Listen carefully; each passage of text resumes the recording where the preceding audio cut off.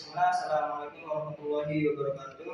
Di sini kami kelompok 4 akan mempresentasikan makalah kita tentang sejarah filsafat zaman abad pertengahan dan modern. Di sini ada presentator teman saya bernama Iro dan Pramanda. Baik, latar belakang dari materi ini yaitu awal abad pertengahan ditandai dengan jatuhnya Kekaisaran Romawi dan Kekaisaran Jerman lama.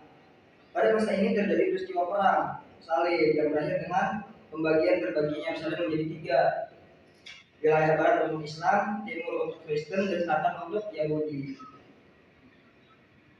Kesusilaan dipegang terutama oleh golongan agama Jaizdektum, dan bahasa yang digunakan adalah bahasa Jerman tinggi kuno, yaitu Atop Deus.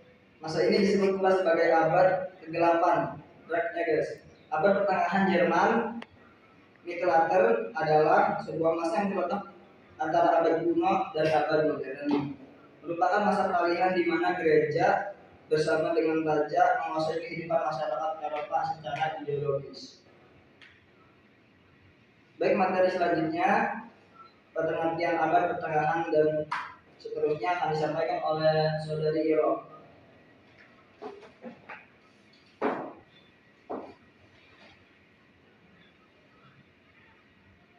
Pengertian abad pertengahan. Abad pertengahan awal berlangsung setelah runtuhnya Romawi, kira-kira pada 400-an Masehi. Pada abad pertengahan awal ini, banyak orang yang menganggap bahwa mereka masih berada di Kekaisaran Romawi dan masih sebagai orang Romawi. Bahkan banyak pasukan yang menyerbu Romawi menganggap bahwa mereka juga orang Romawi. Menjadi orang Romawi begitu populer sehingga bahkan orang yang tidak pernah menjadi bagian dari Kekaisaran Romawi lama juga menganggap diri mereka adalah orang Romawi, atau juga bisa disebut zaman pertengahan, yaitu zaman yang keemasan bagi kekristenan. Disinilah yang menjadi persoalannya, karena agama Kristen itu mengajarkan bahwa wahyu Tuhanlah yang merupakan kebenaran sejati. Hal ini berbeda dengan pandangan Yunani kuno, mengatakan bahwa kebenaran dapat dicapai oleh kemampuan akal. Adapun tokoh-tokoh abad pertengahan yaitu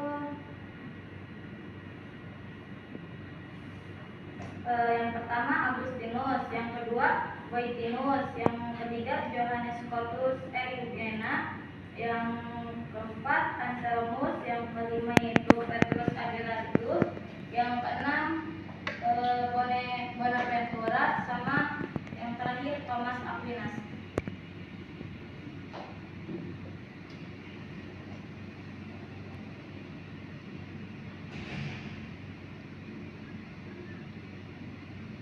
Selanjutnya yaitu pengertian filsafat modern. Filsafat modern ini berkenaan dengan perubahan dalam bentuk-bentuk kesadaran atau pola-pola berpikir. Bentuk kesadaran modernitas dirincikan dengan 3 hal. Yang pertama yaitu subjektivitas, kritik, dan kemajuan. Dengan subjektivitas yang menyadari bahwa manusia dirinya sebagai subjektum, yaitu sebagai pusat realitas manusia, dirinya sebagai ukuran segala sesuatu. Dengan kritik rasio tidak hanya bersumber dari pengetahuan, melainkan juga menjadi kemampuan praktek untuk membebaskan individu dari pihak yang berwenang.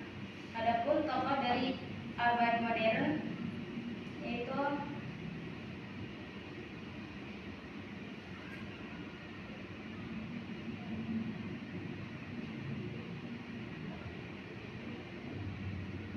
yang pertama Spinoza, yang kedua Hegel, yang ketiga Immanuel Kant, yang terakhir yaitu Johann Locke. Terima kasih. Baik, terima kasih kepada Saudari Iro yang telah menyampaikan materinya. Materi selanjutnya yang akan disampaikan oleh Saudari Ramanda.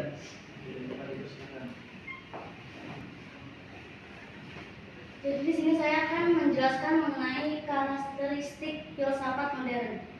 Lahirnya metodologi baru pada era ini mengakibatkan terjadinya pergeseran paradigma filsafat. Manusia lebih merasakan dan menyadari adanya potensi pada dirinya untuk menentukan kebenaran. Pranta menyatakan bahwa zaman modern ini telah membangkitkan gerakan Aum Klarung, yaitu suatu gerakan yang meyakini bahwa dengan bekal pengetahuan manusia secara natural dan mampu membangun tata dunia yang sempurna. Semua itu menunjukkan bahwa perkembangan filsafat berjalan dalam dialektika antara pola absolutisasi dan pola relativisasi yang ditandai dengan lahirnya aliran-aliran dasar. Selanjutnya yaitu aliran-aliran filsafat modern. Yang pertama yaitu idealisme. Kata idealisme berasal dari bahasa Inggris yaitu idealis. Istilah ini pertama kali digunakan oleh filosof Leibniz pada awal abad ke-18. Leibniz memakai dan menerapkan istilah ini pada pemikiran Plato yang bertolak belakang Epicurus. Idealisme merupakan hakikat kunci masuk ke realitas. Filsafat idealisme adalah suatu aliran filsafat keunggulan pemikiran, jiwa atau roh daripada hal-hal yang bersifat kebenaran atau material. Yang selanjutnya itu realisme. Realisme adalah reaksi terhadap keabstrakan dan keduniaan. Filsafat idealisme.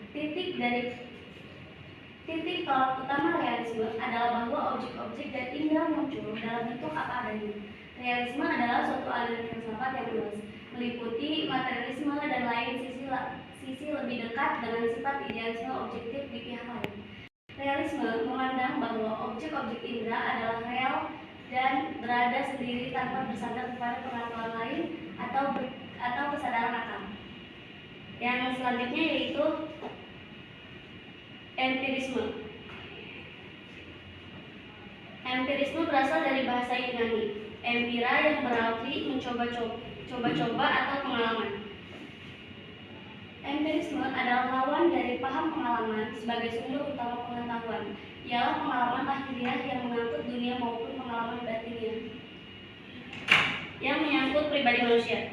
Yang terakhir yaitu rasionalisme. Rasionalisme yang mengatakan bahwa akal ialah alat untuk mencari atau mengukur pengetahuan.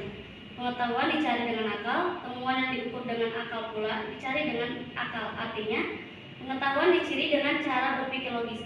Diukur dengan akal artinya diuji apakah temuan tersebut logis atau tidak. Sekian, saya kembalikan kepada moderator.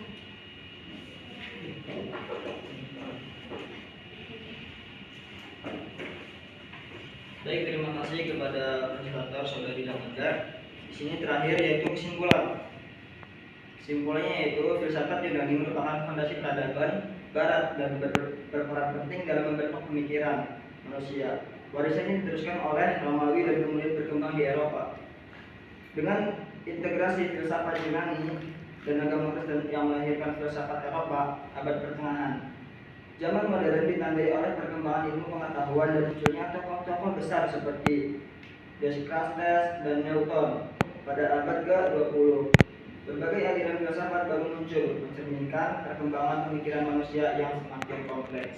Mungkin itu aja.